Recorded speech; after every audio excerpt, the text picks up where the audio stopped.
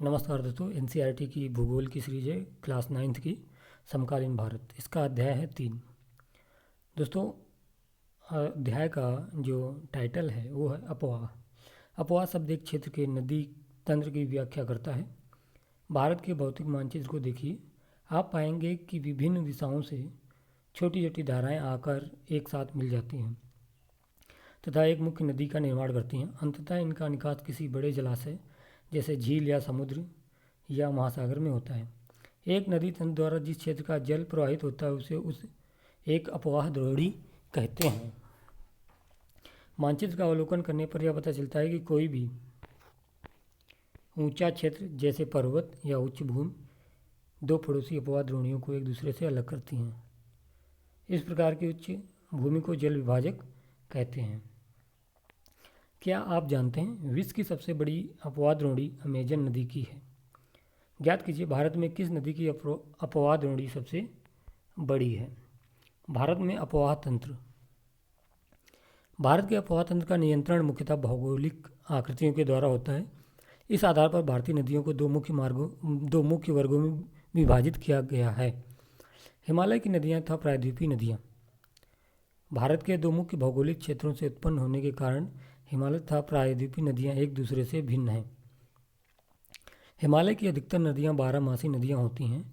इनमें वर्ष भर पानी भरा रहता है क्योंकि इन्हें वर्षा के अतिरिक्त ऊंचे पर्वतों से पिघलने वाले हिम द्वारा भी जल प्राप्त होता है। हिमालय की दो मुख्य नदियाँ सिंधु तथा ब्रह्मपुत्र इस पर्वतीय श्रृंखला के उत्तरी भाग से निकलती हैं। इन नदियों ने पर्वतों को काटकर गॉर्जों का निर्माण किया है। हिमालय की नदियाँ अपने उत्पत्ति के स्थान से लेकर समुद्र तक के लंबे रास्ते को तय करती हैं। ये अपने मार्ग के ऊपरी भागों में तीव्र अपरदन क्रिया करती हैं तथा अपने साथ भारी मात्रा में सिल्ट एवं बालू का संवहन करती हैं। मध्य एवं निचले भागों में ये नदियाँ विसर्प, गोखुर झील तथा अपने बाढ़ वाले मैदानों में बहुत सी अन्य निक्षेपण आकृतियों का निर्माण करती हैं। ये पूर्ण विकसित डेल्टाओं का भी निर्माण करती हैं। चित्र 3.3। इसमें नदी का स्रोत सबसे ऊपर है, ऊपरी भाग, फिर मध्य भाग, फिर उसके बाद आता है निचला भाग। तो ऊपरी भाग में आप देखेंगे कि नदी का स्रोत है, मध्य भाग में विसर्पों का निर्माण होता है और निचले भाग में आकर गोखुर झील का निर्माण होता है और सबसे अंत में यहाँ पर आपको डेल्टा दिखाई देगा। अधिकतर प्रायद्वीपीय नदियाँ मौसमी होती हैं क्योंकि इनका प्रवाह वर्षा पर निर्भर करता है। शुष्क मौसम में बड़ी नदियों का जल भी घटकर छोटी छोटी धाराओं में बहने लगता है। हिमालय की नदियों की तुलना में प्रायद्वीपीय नदियों की लंबाई कम तथा छिछली है। फिर भी इनमें से कुछ केंद्रीय उच्च भूमि से निकलती तथा पश्चिम की तरफ बहती हैं। क्या आप इस प्रकार की दो बड़ी नदियों को पहचान सकते हैं? प्रायद्वीपीय भारत की अधिकतर नदियाँ पश्चिमी घाट से निकलती हैं तथा बंगाल की खाड़ी की तरफ बहती हैं। अब बात करते हैं हिमालय की नदियाँ। हिमालय की नदियाँ सिंधु, गंगा तथा ब्रह्मपुत्र हिमालय से निकलने वाली प्रमुख नदियाँ हैं। ये नदियाँ लंबी हैं तथा अनेक महत्वपूर्ण एवं बड़ी सहायक नदियाँ आकर इनमें मिलती हैं। किसी नदी तथा उसकी सहायक नदियों को नदी तंत्र कहा जाता है। सिंधु नदी तंत्र।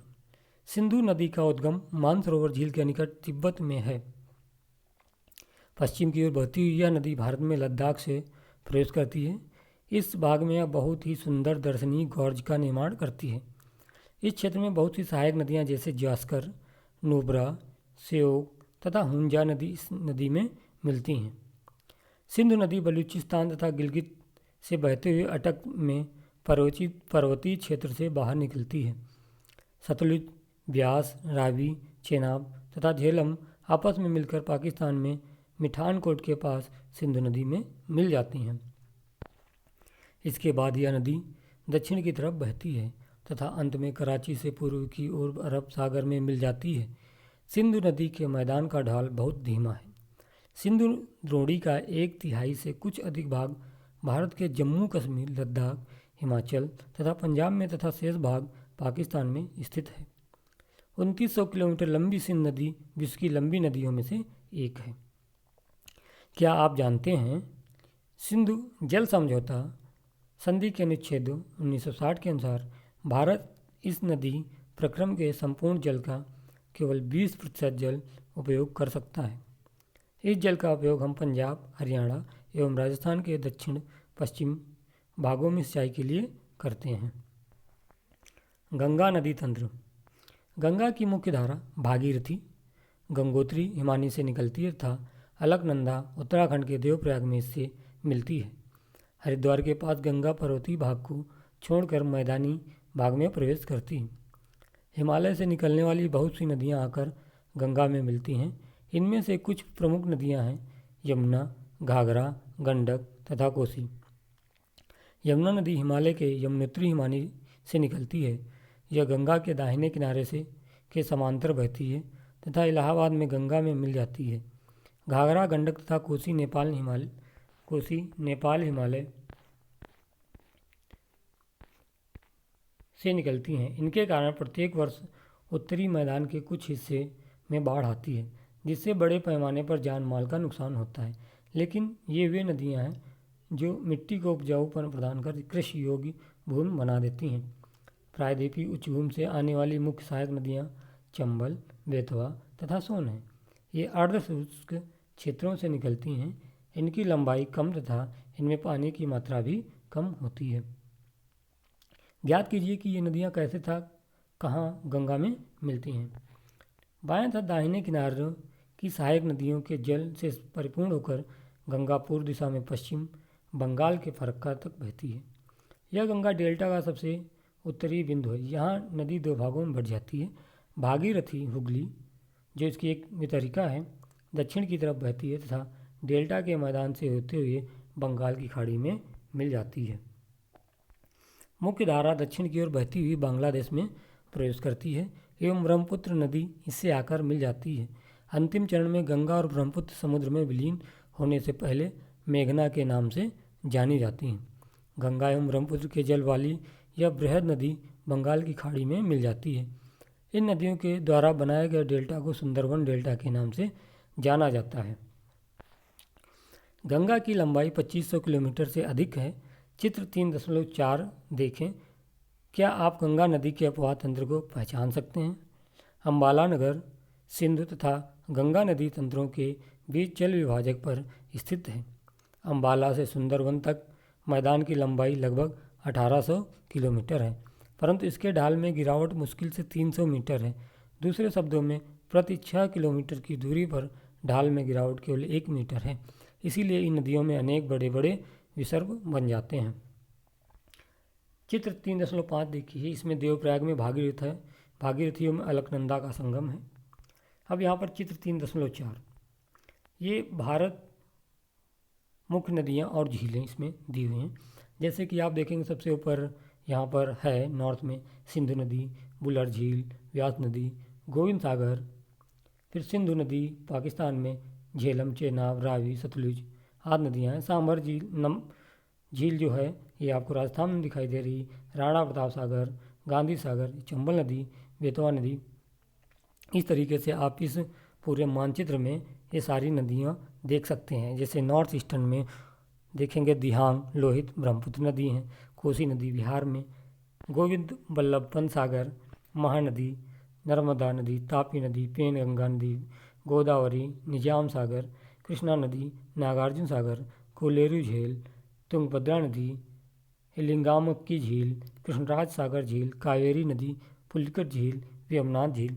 यानी कि ये जो मैप है बहुत ही महत्वपूर्ण है मानचित्र, क्योंकि इससे उत्तर से दक्षिण की ओर या दक्षिण से उत्तर की ओर नदियों का अरेंजमेंट दे सकते हैं। तो एक बार आप इसको पुनः से देख सकते हैं स्टार्टिंग से। भारत मुख्य नदियाँ और झीलें पॉज कर सकते हैं आप और इसको देख सकते हैं। नव, क्या आप जानते हैं नमामि गंगे परियोजना एक एकीकृत संरक्षण मिशन है। इसमें राष्ट्रीय नदी गंगा से संबंधित 2 उद्देश्य प्रदूषण के प्रभाव को कम करना तथा उसके संरक्षण और कायाकल्प को पूरा किया जा सके। आप इस परियोजना के बारे में और जानकारी निम्न वेबसाइट से जाकर प्राप्त कर सकते हैं। क्या आप जानते हैं सुंदरवन डेल्टा का नाम वहाँ पाए जाने वाले सुंदरी पादप से लिया गया है। सुंदरवन डेल्टा विश्व का सबसे बड़ा एवं तेज़ी से वृद्धि करने वाला डेल्टा है। यहाँ रॉयल रॉयल बंगाल टाइगर भी पाए जाते हैं। ब्रह्मपुत्र नदी तंत्र। ब्रह्मपुत्र नदी तिब्बत की मानसरोवर झील के पूर्व तथा सिंधु एवं सतलुज के स्रोतों के काफ़ी नज़दीक से निकलती है। इसकी लंबाई सिंधु से कुछ अधिक है, परंतु इसका अधिकतर मार्ग भारत से बाहर स्थित है। यह हिमालय के समानांतर पूर्व की ओर बहती है। नामचा बारवा शिखर 7,757 मीटर के पास पहुंचकर यह अंग्रेजी के यू अक्षर जैसा मोड़ बनाकर भारत के अरुणाचल प्रदेश में गॉर्ज के माध्यम से प्रवेश करती है। यहाँ इसे दिहांग के नाम से जाना जाता है तथा दिबांग, लोहित, केनुला एवं दूसरी सहायक नदियाँ इससे मिलकर असम में ब्रह्मपुत्र का निर्माण करती हैं। क्या आप जानते हैं ब्रह्मपुत्र को तिब्बत में सांगपो एवं बांग्लादेश में जमुना कहा जाता है। तिब्बत एक शीत एवं शुष्क क्षेत्र है, अतः यहाँ इस नदी में जल में सिल्ट की मात्रा बहुत कम होती है। भारत में यह उच्च वर्षा वाले क्षेत्र से होकर गुजरती है। यहाँ नदी में जल एवं सिल्ट की मात्रा बढ़ जाती है। असम में ब्रह्मपुत्र अनेक धाराओं में बहकर एक गुम्फित नदी के रूप में बहती है तथा बहुत से नदी द्वीपों का निर्माण करती है। क्या आपको ब्रह्मपुत्र के द्वारा बनाए गए विश्व के सबसे बड़े नदी द्वीप का नाम याद है। प्रत्येक वर्ष वर्षा ऋतु में यह नदी अपने किनारों से ऊपर बहने लगती है एवं बाढ़ के द्वारा असम तथा बांग्लादेश में बहुत अधिक क्षति पहुंचाती है।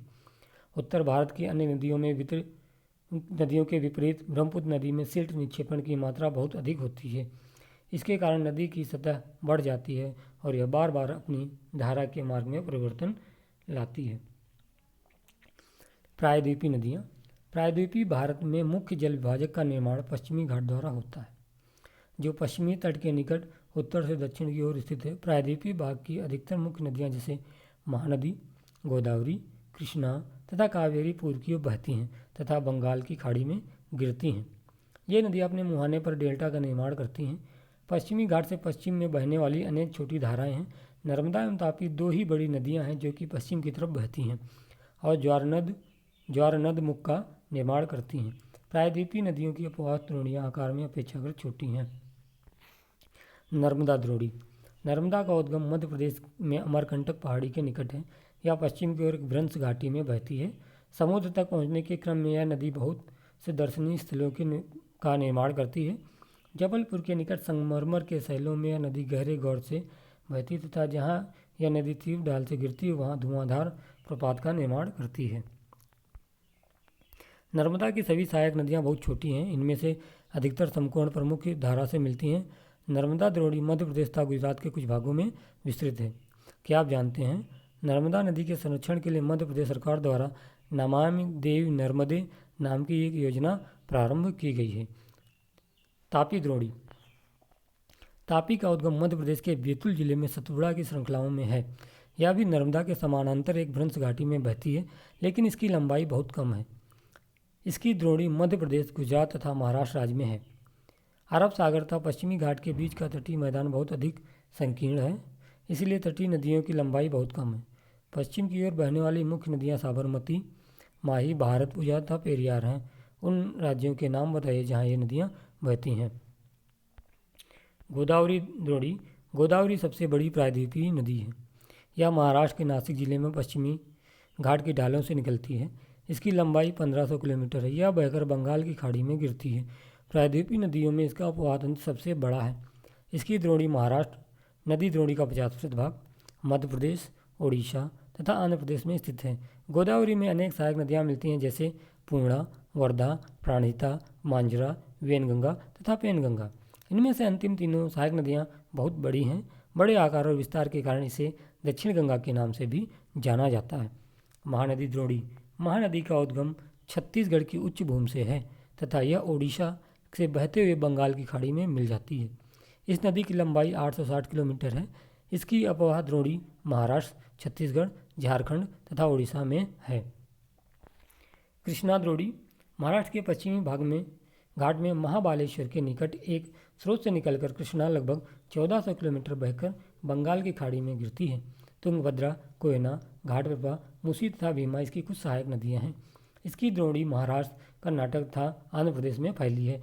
कावेरी द्रोणी। कावेरी पश्चिमी घाट के ब्रह्मगिरी श्रृंखला से निकलती है तथा तमिलनाडु में कुडलूर के दक्षिण में बंगाल की खाड़ी में मिल जाती है। इसकी लंबाई 760 किलोमीटर है। इसकी प्रमुख सहायक नदियाँ अमरावती, भवानी, हेमावती, तथा काबिनी। इसकी द्रोणी तमिलनाडु, केरल तथा कर्नाटक में विस्तृत है। क्या आप जानते हैं भारत में दूसरा सबसे बड़ा जलप्रपात कावेरी नदी बनाती है। इसे शिव समुद्रम के नाम से जाना जाता है। प्रपात द्वारा उत्पादित विद्युत मैसूर, बंगलोर तथा कोलार स्वर्ण क्षेत्र को प्रदान की जाती है। ज्ञात कीजिए भारत का सबसे बड़ा जलप्रपात कौन सा है। इन बड़ी नदियों के अतिरिक्त कुछ छोटी नदियां हैं जो पूर्व की तरफ बहती हैं। दामोदर, ब्राह्मणी, वैतरणी तथा सुवर्णरेखा कुछ महत्वपूर्ण उदाहरण हैं। अपने एटलस में इनकी स्थिति ज्ञात कीजिए। क्या आप जानते हैं पृथ्वी के धरातल का लगभग 71% भाग जल से ढका है, लेकिन इसका 97% जल लवणीय है।